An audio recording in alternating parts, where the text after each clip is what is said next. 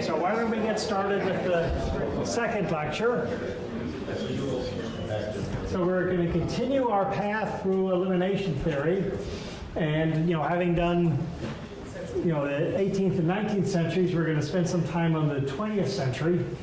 So here what I'm going to do is just sort of remind you where we were at the beginning of the 19th century, and then talk about sort of a new language that people were trying to introduce in the 1920s in algebraic geometry. And to illustrate some of the various languages that have been used in the 20th century, I'll talk about the fundamental theorem of elimination theory. And we'll sort of see sort of different versions and different proofs. And then one of the things that was driving this is a paper that's published in 1912 on the principle of conservation of number, and trying to sort of make sense of that sort of led to a lot of development in sort of the foundations of algebraic geometry. And then we'll see that sort of elimination theory went through a period where it was sort of relative obscurity.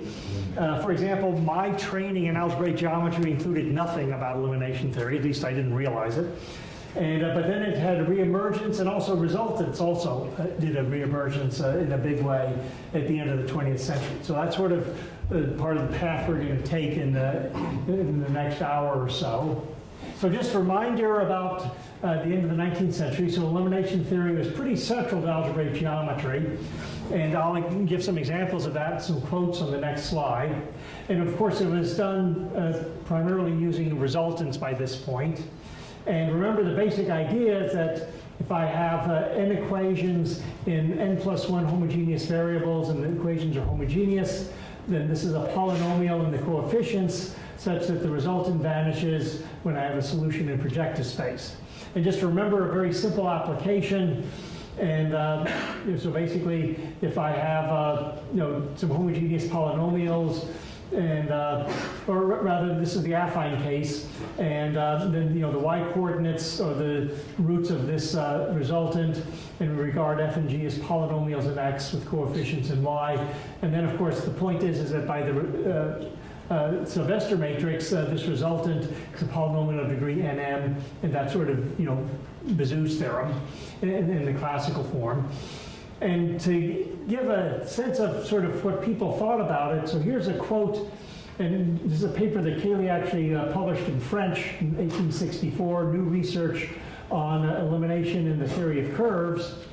And it says, in the problem of elimination, one seeks the relationship that must exist between the coefficients of a function or system of functions in order that some particular circumstance or singularity can occur.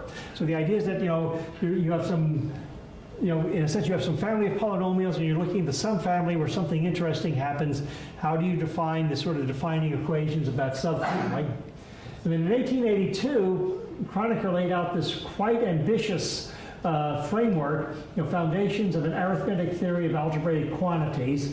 It was arithmetic algebraic geometry that he was trying to sort of lay a foundation for. It's a really difficult paper to read, and so we talk about a system arbitrarily many, of course always finitely many, algebraic equations and some variables in which the coefficients belong to a rationality domain. So these are the so-called algebraic quantities that he had. And then the point is that when you have this, there's an interaction between these guys when you're trying to find solutions. And so, and they define algebraic relations between the z's and the r's, whose knowledge and representation are the purpose of the theory of elimination. So here's the theory of elimination, sort of at the center of the kind of stuff that you're doing in algebraic geometry. Now, to do a contrast, here's van der Waerden, who was a student of Emmy Noether. And so remember, Emmy was creating the theory of ideals and rings and stuff like that.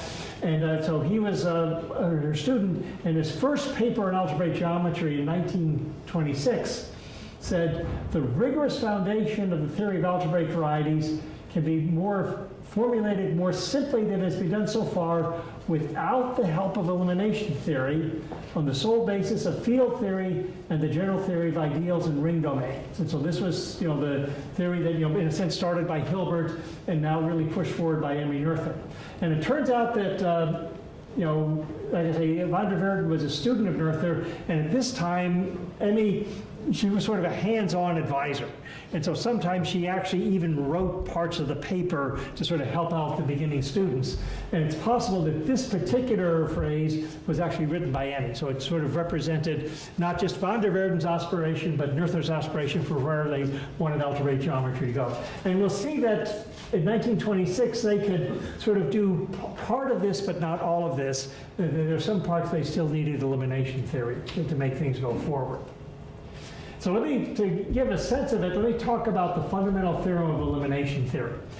And so here, the idea is that you have a bunch of polynomials, and they're homogeneous in variables x1 to xn. But now I don't put any restriction on the number of polynomials. And they have undetermined coefficients lambda. Then in this case, instead of a resultant, you get a resultant system. So you get a bunch of polynomials and the coefficients, such that if I make a specific choice of the coefficients, then the corresponding polynomials have the property that these guys have a non-trivial solution or solution in projective space if and only if the resultant system vanishes. So basically, these are the conditions on the coefficients you need in order for the system of equations to have a non-trivial solution. Now, a more modern way to state that is that you have a bunch of polynomials that depend on, two sets of variables, the x's and the lambdas, and they're homogeneous in the x's, and they involve various parameters. Then when you look at the variety of this system, because these are homogeneous in the x's, this actually defines a variety in here. So this, of course, is a closed subvariety in this product variety. But then you project. And the point is, what's the projection? Well, the projection is all sets of parameters for which there's a non-trivial solution. And so basically, what we want to say is that when I take this guy and project into the first coordinate, I still have a closed subvariety, and that's defined by the system of equations right here. So this is sort of a modern way of stating that classical theorem. So that's the fundamental theorem of elimination theory that sort of goes beyond the classical resultant, because again, it sort of applies to sort of arbitrary systems. And so the question is, how do you prove that? Well, the first proof is basically due to Mertens, and again, it's a proof that was probably implicit in some of Kroneker's work. So so basically, if I had n polynomials that were homogeneous in my n variables, he would sort of had this, and here that probably, so I probably need to, there's probably an error there that I need to fix. And because I need to have one more variable than unknown. But the idea is that I take the maximum degree of the FIs and I introduce some new polynomials, GJs, that they basically I sort of get the right number of polynomials, because again, this is an arbitrary number. The GIs are going to be the GJs are going to be the correct number, and I use these sort of undetermined coefficients that I really regard as variables.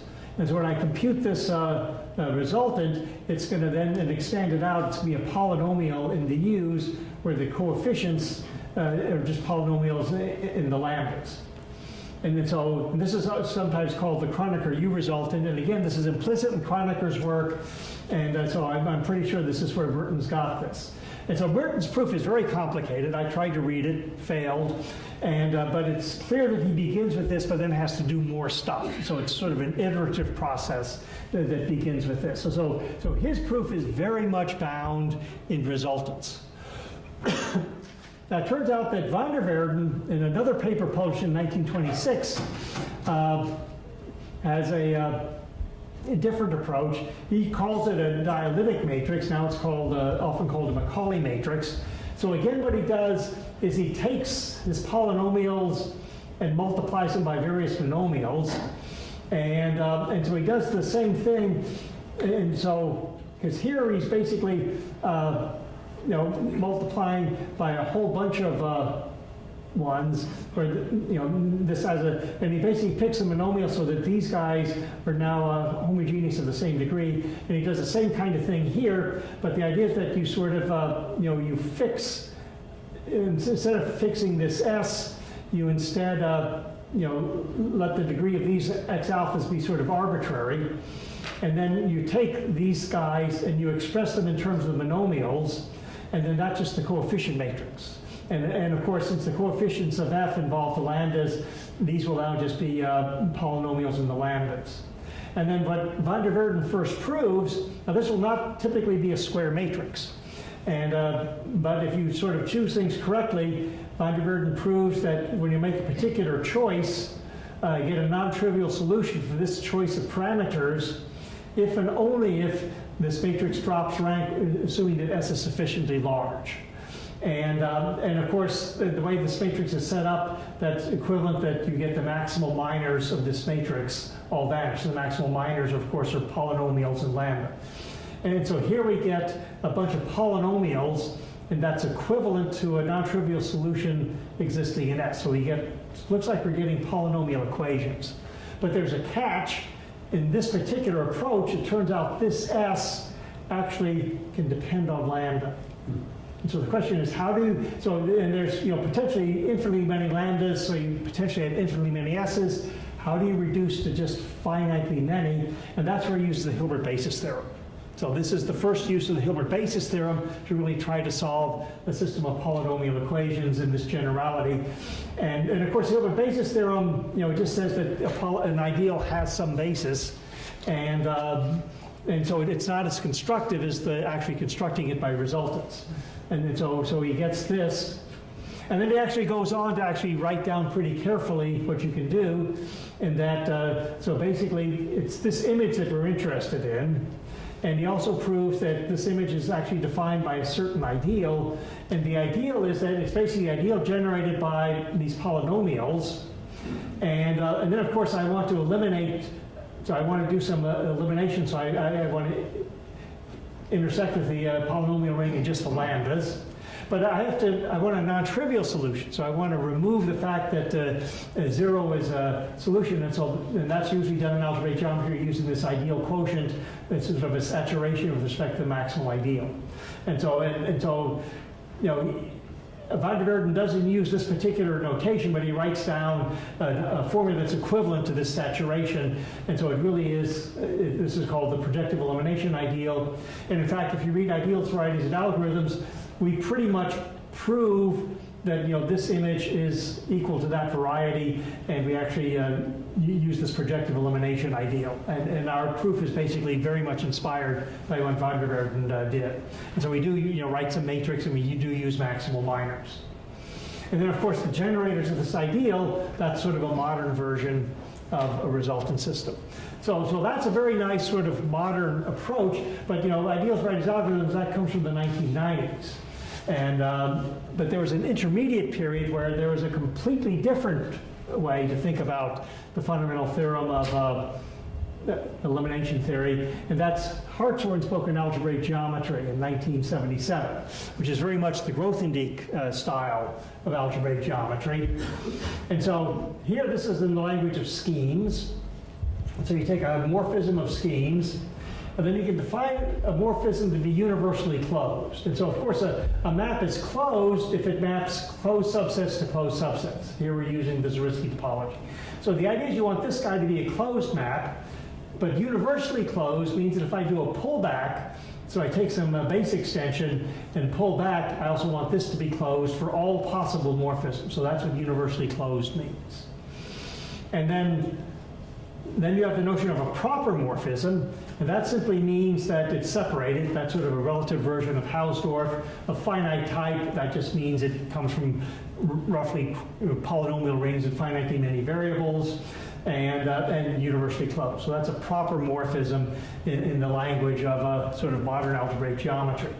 And then a theorem in Hartshorne is that this map is a proper map, that you take the projective space in n dimensions over the integers, and then and that has a natural map to canonical map to spec z, and you want to say that that map is proper.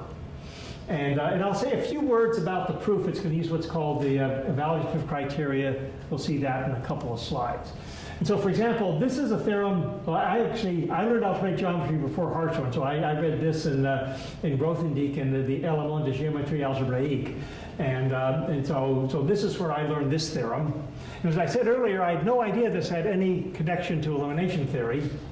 But in fact, the fundamental theorem of elimination theory is a direct consequence of this fact. So here we have a proper map. So that's what our theorem says. Now here's our situation. So here's our W that's, it's basically defined by our polynomial. So this is a closed subset here, and I want the image here to be closed. So how do we make that happen? Well, the idea is that this is a proper map, therefore it's universal. And furthermore, notice we get this Cartesian diagram, because when I sort of map n-dimensional affine space to spec Z, and if I pull back this projective space, I get this product. And here, this means projective space over the complex numbers. So I just get this Cartesian product. So this is a so-called Cartesian square. So that's one of these guys, these fiber product squares. And so that means that because this guy's universally closed, proper says that's a closed morphism. So it maps closed sets to closed sets. But the point is, this is defined by algebraic equations. So that's a closed set, that's a closed map. Therefore, we have a closed image. And therefore, here's a one-diagram proof of the fundamental theorem of elimination theory. So, from the Grothendieck school, it's a trivial consequence of this fact right here. And notice it's really different from what Mertens did. There were no resultants in action, so there was no, what we think of as sort of, that kind of elimination theory is just not at all present here. So now, what led to this arc? So somehow, we started with this resultant theory in that particular version, and then we basically ended up in this. How did we get there? So what was some of the driving forces that led to that sort of rethinking of algebraic geometry? Because I already mentioned, of course, that van der Waerden and Noether were trying to sort of rethink some of the foundations of algebraic geometry. But a paper that really triggered that was a Severi in 1912, because it's the principle of conservation of number. Now, this was actually used a lot in the 19th century. Schubert and others, they used it a lot when they were trying to do enumerative algebraic geometry. And so Severi was trying to take this 19th century principle and make it a little more precise. And so the situation that he had was that he had some irreducible varieties, U and V, and then sitting inside the product, they had W, another irreducible variety. So this is the idea of a correspondence. And then you assume that when I project W into the first factor, it has generic degree H. And so that means, so for some points here, the fiber might be positive dimensional. Most of the time, it's finite dimensional. In fact, most of the time, it just got H distinct points. And so then if I take a generic point here and sort of pull it back, I'll get H points. And then that'll give me points here. So this is the idea of a correspondence, that sort of this generic point here corresponds to these points, A to 1 through A to H over here. And so that's what happens generically. But now what happens when I take a specific smooth point here?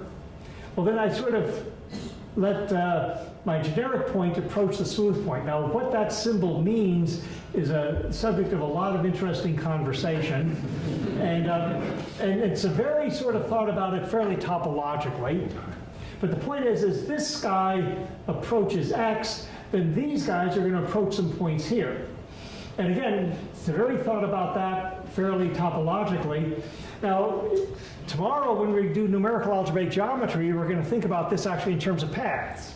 That you think of a path here, and then you somehow want paths here that do stuff, and so that's going to sort of tell you about the solutions of your system of equations. And then the idea is that what's interesting is that when you do this process here, these yi's might not all be distinct, because you have, we basically have, you have H indices, but different of these might actually land at the same thing. And so a given y in here will have a multiplicity, and that's basically how many yi's actually equal that particular y. And then the principle of conservation of number says, okay, suppose that x is a smooth point, and suppose that lying over x, suppose the fiber is finite. So when I take x here, the fiber here is finite. Then what happens is that these guys right here, which I found by the specialization of these points, those actually give all points in the fiber. So that's the first part of the theorem, that basically this process gives me the complete fiber. And furthermore, that the number of elements of the fiber really is just the sum of the multiplicities. And so this is a more careful statement of the principle of conservation of number. But now, how do you make this rigorous? Well, you need to know what's a generic point. You need to know this specialization, and you also need a really good definition of multiplicity. And so it's clear that to try to take a lot of the 19th century stuff and make it fully rigorous, there was some, basically work was needed on the various foundations of things.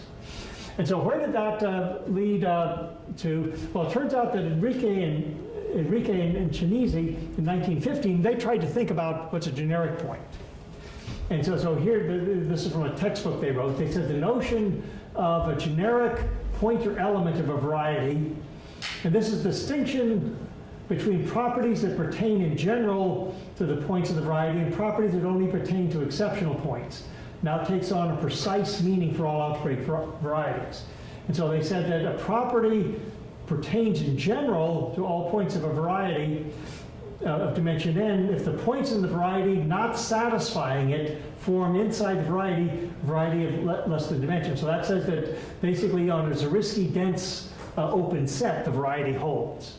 And so what's interesting is that in this setup, which is actually a fairly modern notion of the word generic is tied to a particular property. So basically you say that, so you don't often talk about a generic point in the abstract. You say that, this point is generic for this particular property if the property holds. And so, and because the point is that, a different property will have a different place where things mess up. And so that's a pretty good notion of a generic, but again, it's sort of relative to the property you're dealing with. Now, van der Waerden wanted to come up with something that was more intrinsic. And so the way he thought about it, so here's our polynomial ring, here's the ideal defining the variety, and we want to have an irreducible variety, so that's why I use the letter P for a prime ideal. And so here's the variety defined by this prime ideal. But of course, in this case, there's the coordinate ring of the variety, but it's because the ideal is prime, that's an integral domain, it has a field of fractions, call that capital omega. And then of course, inside this quotient ring, you have the cosets of the variables, and so I'll call that zeta I as the coset of the variables, and of course, those then become elements of this field of fractions. Of course, these are just rational functions on the variety, and of course this is just the rational. So this is like the rational function given by projection onto the ith coordinate. So here's what happens is that I now sort of have two sets of solutions, because I have the solutions over my original field, which is often the complex numbers, but then I also have solutions in this bigger field. And this right here actually becomes an element of this variety. That's really easy to check. And then the point is that this is a generic point because something's in the ideal if and only if it vanishes at this point. And then so this now becomes a generic point for every one of these properties right here. So instead of having to possibly adjust your generic point depending on the property, here's one point that sort of is generic for all the properties under consideration. The price you pay, it's a twofold price. First, you have to go to a bigger field, but the other is that there's a lot of these guys, because it sort of depends on sort of any way of writing this, writing the coordinate ring of V as this kind of quotient. So in one sense, it works really nicely, but it's still sort of not intrinsic. And then, of course, in the modern scheme theory, the way they get around that is that when you look at spec R, you simply have this point P is simply that's simply a point in spec R, and that point is a generic, it's the canonical generic point of the variety. So the scheme theory takes this one step further by, sort of not worrying about this and just focusing on the ideal itself. But anyway, this is sort of a way in which they were trying to sort of at least handle this generic thing more carefully. But now for the specialization, so here's one way to think about what's going on. If I have, if I'm in n-dimensional projective space, and if I have n equations, well, if they have finitely many common zeros, then there's a way, and again, they'll have multiplicities. One way to handle that is, so I have n+1 homogeneous coordinates, but I only have n polynomials, so I just add on a linear polynomial. I sort of slice it with a hyperplane, and but these are now variables, and I take that resultant, and then again, this is sort of a Poisson kind of formula that I sort of take solutions of these last ones, so that's my finitely many, and then I sort of plug it into here. But then the point is that there might be a fairly small number of solutions, and so basically this linear form will appear to a certain power. Because notice that you see the coefficients of your solution, or you see the coordinates of your solution as the coefficients of the u's, and then you see the multiplicity, there's the exponent. And so this is sort of an adaptation of the u resultant property, and it works nicely because we have the complete intersection. So this is one way which you can define multiplicities, but of course it depends on resultants. And so you want to, again, they wanted to try to get rid of that. And then for specialization, as I mentioned, Severi thought of that as a limit. Van der Waerden thought of it more algebraically. And then what you want to do is, so you have this specialization, but then when you think of this as a your generic point of your variety W, then you want to think of this as you want to extend this to a specialization. So you're sort of taking a specialization and extending it. And one way to think about what you're doing here in this is actually related to the extension theorem in ideals varieties algorithms. And so, because in a sense, that's a partial solution, you're trying to extend it to sort of a full solution. And this is where Van der Waerden still had to use elimination theory. So in 1926, he really still had to use some elimination theory to make his theory of basically he had to extend specializations, and to do it, he had to use elimination theory. So the next step happened in 1946, because André Weil published his book on foundations of algebraic geometry.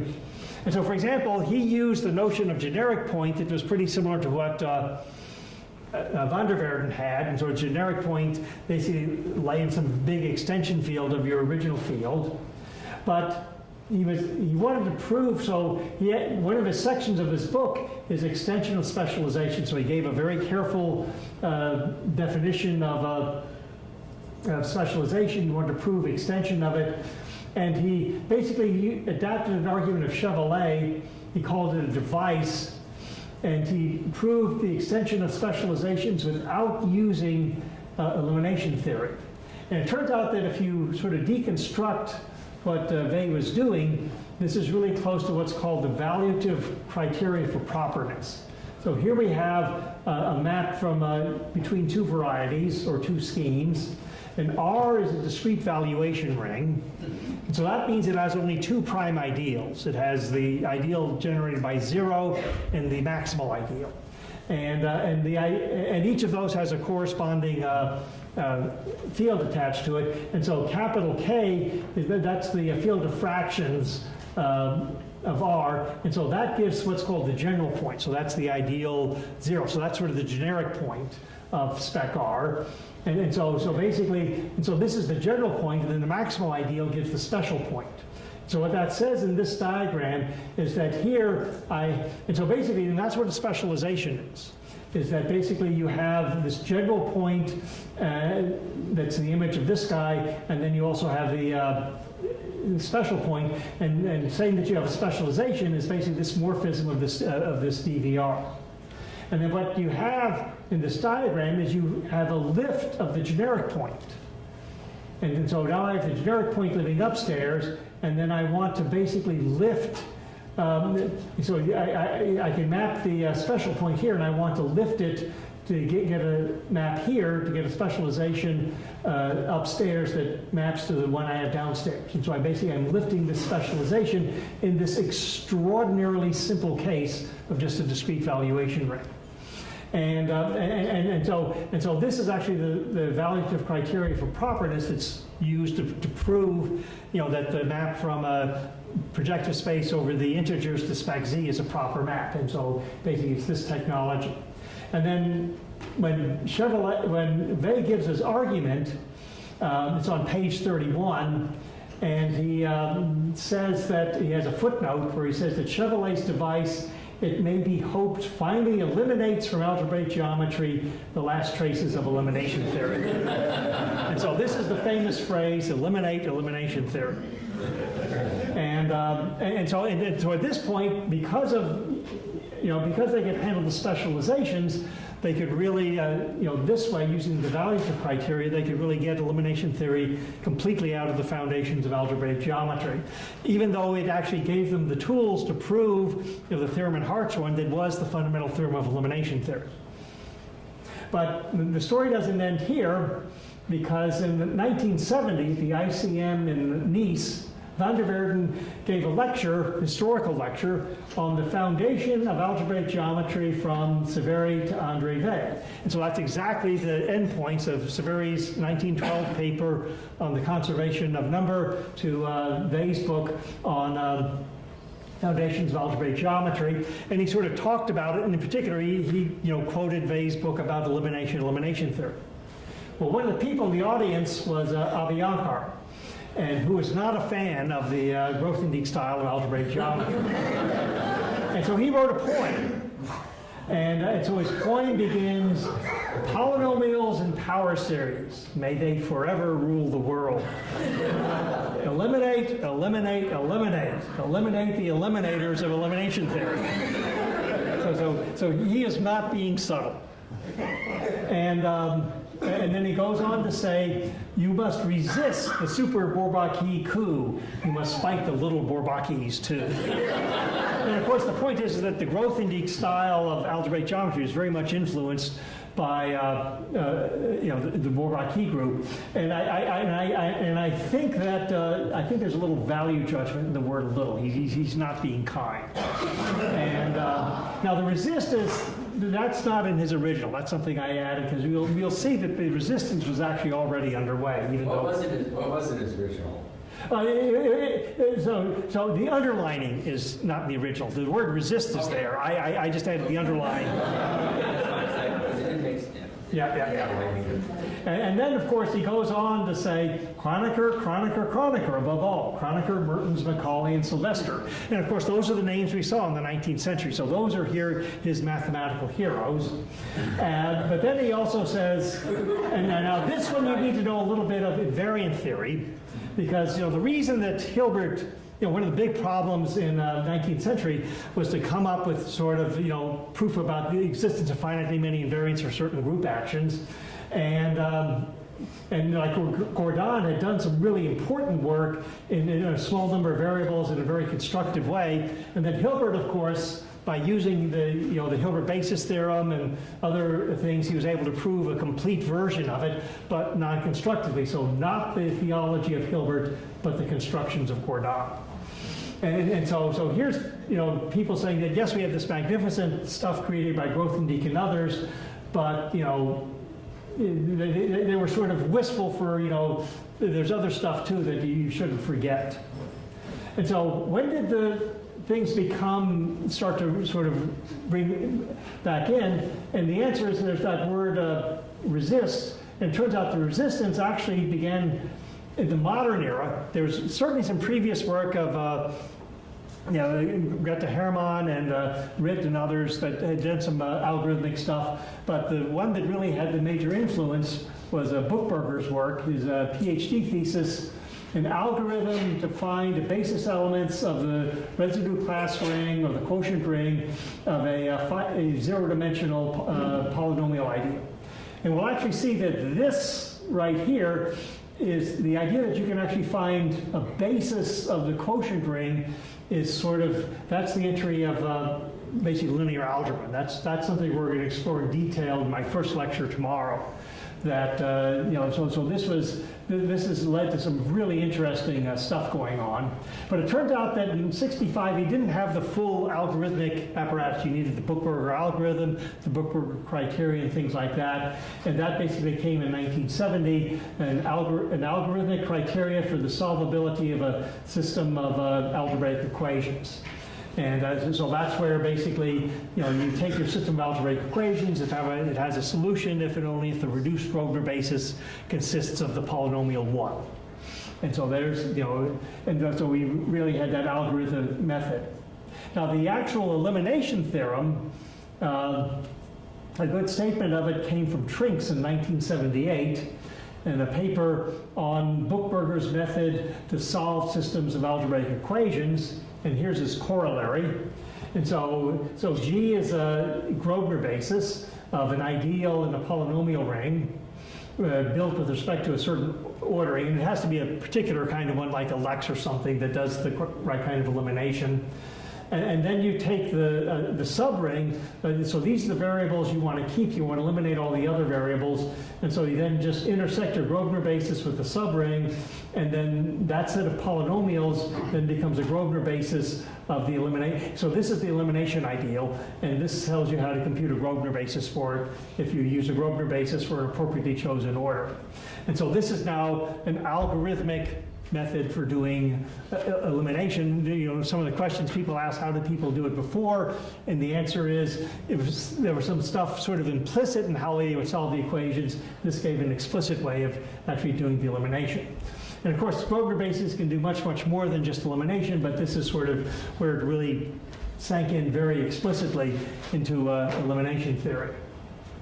But now, the resultants actually also made an appearance. And when you look at stuff, it's interesting because if you look, so basically MathSciNet, that's the online version of Math Reviews. And Math Reviews were started in 1940. David, only someone older than 45 or 50 who knows what Math Reviews is. That's right. And I am in that set. And it turns out in our library, when I arrived at Amherst in 1979, we had an entire wall of math reviews. We had every math review from 1940 to 1979 in paper copy, and we eventually had to turn those into doorstops because once it all became online. So anyway, it turned out I just searched for resultant and on MathSciNet, and I found about 77 papers, so about 2 a year. So, and most of those were basically applications of the Sylvester resultant. So, basically not much was going on with respect to resultants. But then in sort of the mid-70s, some interesting things started to happen. So Abiyanker, of course, he wrote this article for the Math Monthly, Historical Ramblings in Algebraic Geometry and Related Algebra, sort of making his case for the classical way of doing things. But then, for example, these two papers by Giraud and Lazard, so these are both Grothendieck-trained algebraic geometers. Like Giraud wrote this book on non-abelian cohomology about using torsors and gerbs and what's a non-abelian H2, and so this really far-out stuff. But at the same time, he actually taught a course on the Troisième cycle in 75-76 on elementary algebraic geometry, and in that he actually did just the classical Sylvester resultant. So he's sort of saying that for elementary algebraic geometry, this stuff is worth knowing. And then Lazard has this wonderful article in 1977 where he's basically saying, well, hey, a free resolution, you're really just doing linear algebra over a polynomial ring. And so here's the word elimination actually making a reappearance very nicely. And so after about a 30-year absence, we actually are back to doing elimination theory. And then the paper that really brought things sort of resultants back into the modern algebraic geometry was a paper in 1979 in rational singularities of the resultant. And he presented the paper in Copenhagen in 1978. It turned out I was at the same conference, and of course I was doing elliptic surfaces. I had no idea who this guy was. I don't think I even attended his talk. It's really embarrassing. And but this is actually a seminal moment because this is really the reemergence of resultants in modern algebraic geometry. So let me just take a minute to say what Joanelou did in this paper. So, so here's his polynomial ring, and it's a polynomial ring, and so A is the polynomial ring and the coefficients of the polynomials. And here I'm thinking of, and these are sort of generic polynomials, so each monomial has a separate coefficient. And so n is the total number of coefficients, and so you have this affine space where all the coefficients live. And then, of course, here's just the projective space of your that you're dealing with. But then you can also but then you sort of put in the ring A that has the coefficients, and then you also take out that, and so you have this. So this is basically where these polynomials where the coefficients are as general as possible, because basically you're treating each coefficient as a separate variable.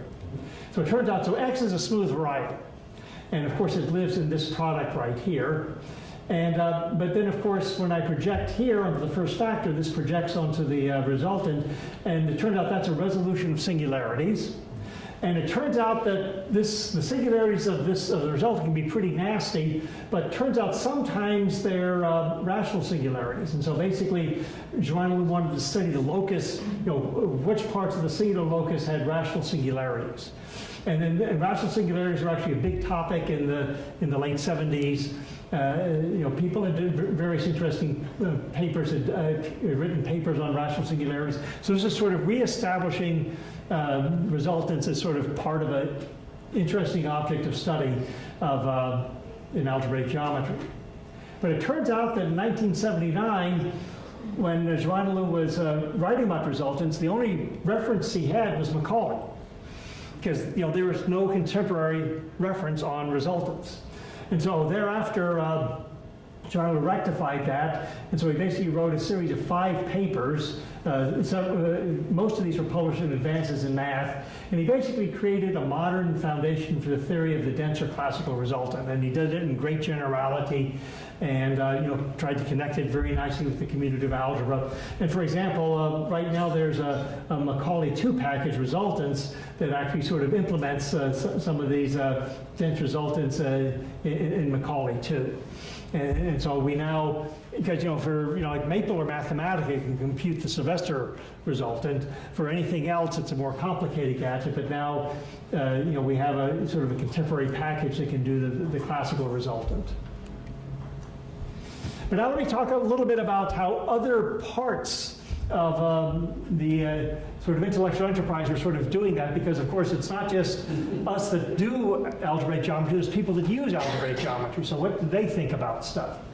So there was a PhD student in 1980s, and he was at Purdue in mechanical engineering. His name was Tom Sederberg, and he was interested in the way computers could draw things on computer screens. This was pretty early. So geometric modeling was in its infancy. And this is actually from the first book on geometric modeling, Computational Geometry for Design and Manufacture in 1979. And Tom read this, so basically they're talking about parametric surfaces in 3-dimensional space. You'll see many pictures of those on Wednesday's lecture. They said great advantage could be had if one of these parametric surfaces, could be translated to implicit form. So the idea is that I simply want to find the equation of this parametric surface, something we now call implicitization. It's now a very standard kind of thing. Unfortunately, the most commonly used parametric surface, the bicubic patch, and we'll see some bicubic patches on Wednesday, cannot be expressed this way. So they just said, can't be done. And so Tom was intrigued by that. and he sort of wondered about it, but he didn't find the algebraic geometry of the 1980s to be very helpful, because at that time the Grothendieck school was totally dominant. And so he had trouble. He tried to read Macaulay, but that's not, Carlos can tell you Macaulay is not easy reading, and so it was pretty tough. And so based on his thesis, Sederberg, Anderson, and Ron Goldman, and Ron's here in the audience, published a paper, Implicit Representation. So they're actually solving this problem of parametric curves and surfaces. And one of the things the authors write is that the general theory of elimination is a lost art with obscure references. Because the one thing is that, by this point, João had started publishing his papers, but he was publishing for an algebraic geometry and commutative algebra audience. So his papers were also not accessible to people sort of outside of it. And so it took a while for sort of the full community to really understand in a sense, for resultants to make the full reemergence. And so here's, just a couple of things from their paper. So for a plane curve, where so this is a rational parameterization, relatively prime polynomials of degree n, so I assume I have a common denominator.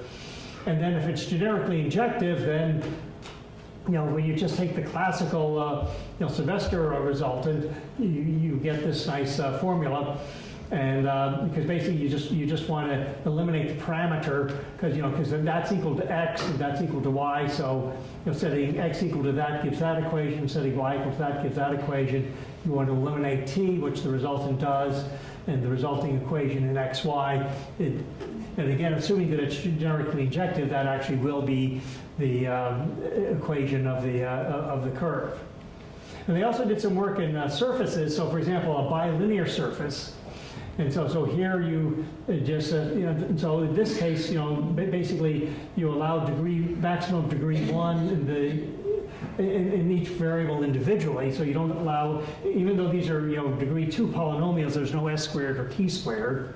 And it turns out that just by, in a sense, doing the same kind of thing, I was actually talking with Ron in the interval, and they basically did the same kind of thing that Bazou did. You just set up some equations, got some system of linear equations, and you wanted to eliminate the parameters s and t, and you got basically that determinant that did it. But of course, this is not this is not certainly a classical multivariable resultant, because this is not a dense polynomial. So even the applications, even if they had been able to read Joannalou's papers, that was for the dense resultant, and so that wouldn't have been terribly helpful for this guy right here.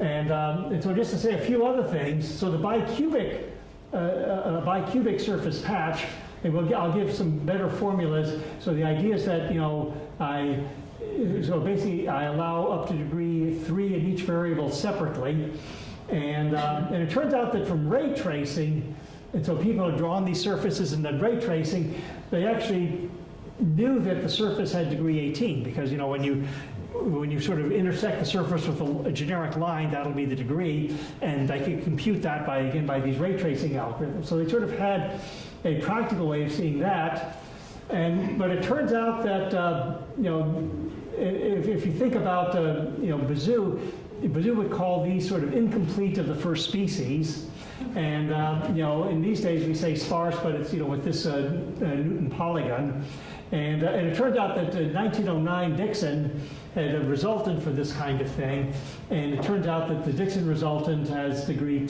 2mn. And of course, in one sense, the Dixon resultant is basically resultants for P1 cross P1. And so basically, and I assume, Ron, that you guys learned about the Dixon resultant and were able to use it? I think Tom learned about it. Yeah. And then Tom, also being at Purdue, actually talked to Abiyankar, so he also got some insight from Abiyankar. Actually, when he was doing his thesis, Abiyankar was on sabbatical. This is a problem. I see. Oh, okay, well, that's good, yes. So that made it extra hard. But then, of course, the sparse resultants came into their full flower in the early 90s. And the 94 is actually, the resultants had actually appeared earlier, but this is from the GKZ book. And so now the idea is that you simply pick, some sets of exponent vectors, and I allow my exponent to be positive or negative integers. And so when I form these Laurent polynomials, again, some of the exponents of the variables will be positive, some will be negative. And so you have what's called a mixed sparse resultant. And so these coefficients give a point in this projective space. And then the idea is that when I set that equation equal to 0, well, where do I set it equal to 0? Well, I have to be careful because I don't want to plug 0 into here because some of my coefficients, some of my exponents might be negative. So in fact, I want to always plug in non-zero things. So in fact, you're just plugging in C star to the n into here. And so basically, these polynomials define a variety in here, and then I just sort of project. And it turns out that when, and of course, and notice that I'm projecting stuff here, well, the image might actually not be Zariski closed, it'll be constructible. That's about the best you could say. So you take the Zariski closure, and if that's a hypersurface, then it's defined by this polynomial that's the multivariable, that's the sparse resultant. It's basically, and it's a polynomial in all the coefficients right there. And so here we have the sort of a definition of the sparse resultant. And it turns out that the definitive book on it is the GKZ book, Gelfand, Kopernov, and Zelevinsky, Discriminants, Resultants, and Multidimensional Determinants. And so, for example, if you take the n-dimensional simplex and just take various multiples of it, then you get the classical resultant for degrees d0 through dn. But if you take just a line segment and multiply it, so this is basically a rectangle, and if your polynomials have that, then you get the Dixon resultant. And so this GKZ framework included this, it included all the formulas of Bezout, and then one very special case is that when all the sets of exponent vectors are the same, you can just write it more simply as this. And then it turns out, so again, there's a full theory for all this stuff. I'm going to focus on this one just to keep life a little simple. But the idea is that this is a determinant of a complex, and but then there's there's other cases here where so for example, we have sort of a product of P1s, then you get something like this, and this is sort of generalized to the Dixon resultant. Also, for example, there are actually, like Macaulay had a formula for the classical dense resultant as a quotient of two determinants, and Carlos in his thesis worked out a similar theory for what happens in the sparse resultant. And so there's a lot of wonderful work that's been done on resultants as a result of this stuff. But to finish off, so here I'm going to poach a little bit on Carlos's lecture, because I'm going to tell you one thing from the 21st century. So I want to give an example of how elimination theory can be done more recently. So this is from a paper of Alicia and Nicholas Botbol in 2016.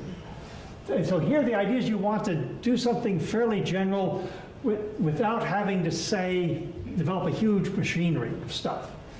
And so the idea is that you have, so in this case I have a surface, there's a surface parameterization where S and T are my parameters, and then the point is I want to allow these polynomials, so I do assume I have a common denominator, but otherwise it can be pretty arbitrary polynomials.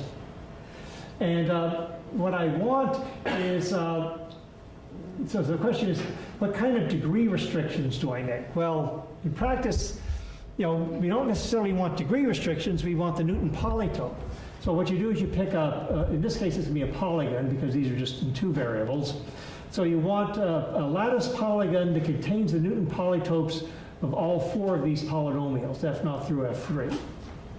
And then what you do, and this is something we're going to play with in Wednesday's lecture, this is an example of what's called a moving plane, because if I set this equal to 0, then in x, y, z, w, because those are my coordinates in P3, setting this equal to 0 gives a plane, but then I let S and T move, this gives a moving plane. And So what I want to do, and of course, you can also think of these as sort of this kind of special polynomials that Bazoo talked about. So I want to choose these carefully. I want their Newton polytopes to be in 2p. And again, that's something we actually saw in Bazoo. But we want this to be equal to 0. And this is called, this is an example of a syzygy, and we'll see a lot more of this on Wednesday. And this is a moving plane, and the idea is that this being identically 0 means that this moving plane follows this moving point. When I stick this point in projective space, I get a moving point in projective space that depends on S and T, and that moving point follows the moving planes. So then I get these syzygies. And then what I do is, but notice that, because of this restriction on the Newton polytope, there's these syzygies all lie in a finite dimensional vector space. And so what I can do is I can take a basis of these syzygies, and I'm going to create a matrix. And so how do I do that? Well, I take one of these syzygies. Now here it's written as a polynomial in the W, X, Y, Z, in the coordinates of projective space. And the coefficients are S and T. I do a very typical thing where I repackage it. I write it in terms of its polynomial S and T, where now the coefficients depend on my homogeneous coordinates. And since, notice that here, these are all just linear in X, Y, Z, W, these Lij's are linear forms in this. And then I do the same kind of thing that we saw van der Waerden do, where we sort of basically take the matrix of all of these, and then so I basically, so when I sort of write each one of these, I take a basis of the syzygies, write each one this way, and then when I take that, here I use these as sort of coefficients in a big matrix, where the columns are indexed by these various monomials, and the rows are indexed by, which syzygy I'm dealing with. So I get this big matrix, and it's a matrix of linear forms. And so if I basically, so I can take any point in P3, plug it into the matrix, and compute the rank. And the point is that the rank of this matrix drops precisely when I evaluated at a point of the surface parametrized, but I have to say in nice cases. And so there's a lot packed into that. And that's something we will learn about in the lecture on Wednesday. We'll see that nice has to do with things like local complete intersections and stuff. So this is where some of the commutative algebra comes in. And so what's interesting about this, and Carlos will say a little more about, this is one of the many ideas Carlos will mention in his lecture, is that we're sort of moving away from polynomials in certain instances about, rather than, because, if you compute, some of these polynomials that come from elimination theory can be enormously complicated. So rather than thinking about the polynomial, well, in some cases the polynomial is the determinant of a matrix, or in some cases the polynomials were maximal minors of a matrix. Well, rather than actually compute those determinants or maximal minors, we just use the matrix itself. And so this is the example of, this is related to what's called a matrix representation, and I'll actually say a bit more about matrix representations on Wednesday. And so this is sort of how some modern elimination theory is going, is in a sense you dispense with the elimination theory, focus on the matrix, but you can still get some interesting information out of that.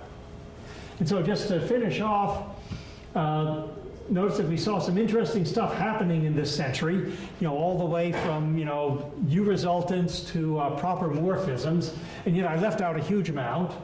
And of course, when you think about some of the individuals, André Weil, van der Waerden, Abiyankar, there's a definitely human story going on as well that's sort of fun.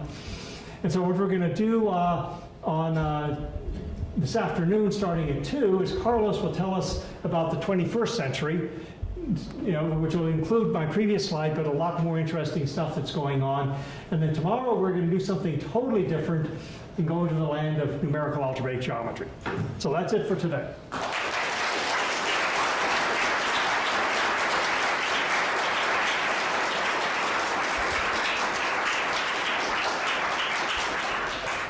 So any questions?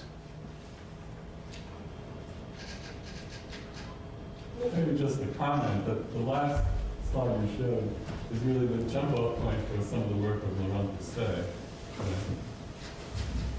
about this drop in rank. Oh, I have to turn it on, yeah. This is drop in rank result is where he starts. Right. Some of his, no question, just a comment. Yeah, yeah.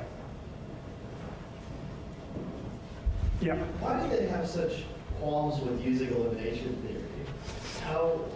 What was the reasoning there? And so so part of it is, so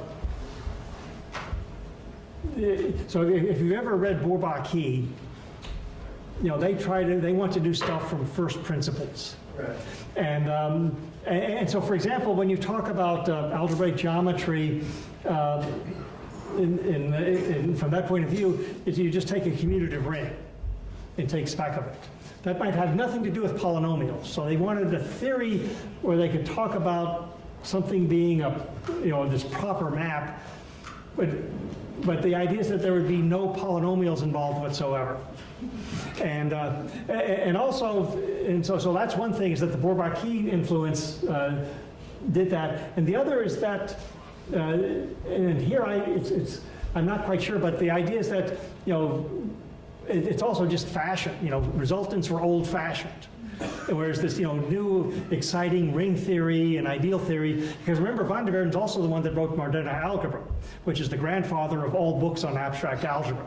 So they were really rethinking the entire foundation of what algebra was. And so they wanted something new, and yet resultants were old. Well, I also think it's a very powerful way of thinking about things, the Gropius approach. I mean, for instance, you talked about the elimination theorem popping as a corollary of the value of properness. Right. And that's a very powerful way to think about packness in algebraic geometry. Yeah. As this quote that when you make the correct definitions, the theorems prove themselves. Right. You don't need hundreds of pages of computation to get something. Like I say, I'm saying this is a computational algebraic geometry. Right.